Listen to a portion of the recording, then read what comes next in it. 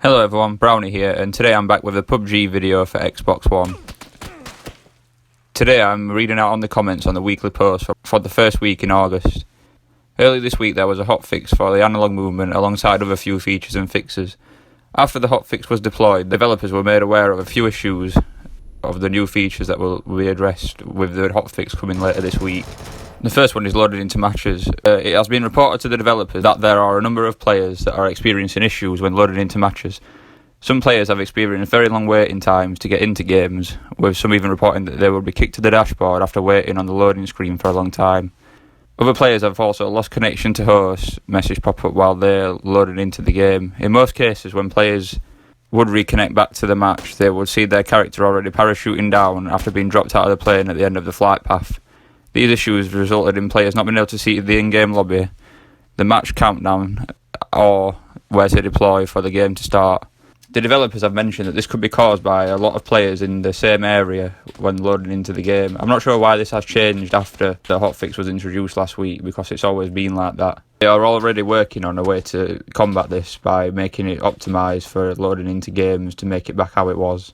The second thing they mentioned is analog movement. If you don't know, from last week they introduced analog movement, which made the players be able to move in 360 degrees rather than the keyboard and mouse controls for the PC, which would only let players move in an angle of 45 degrees. The developers said, while players like the implementation of the new analog movement, there is still a lot to be done. With analog movement, sprinting diagonally using the left stick became much more difficult. In addition to this, characters run at a maximum speed when sprinting in a straight line, but when sprinting diagonally with the L sticks, running speeds were only 80%, which is a 20% reduction from the maximum amount that you can run, obviously 100%.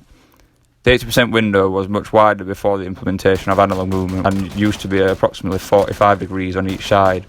But since analog movement has been introduced, this means that they can play around more with the degrees that this can happen. Since analog movement has been introduced, they can play around more with the analog movement window, which means they have reduced it to an angle of 20 degrees rather than 45, which is quite a significant reduction for your sprinting speed.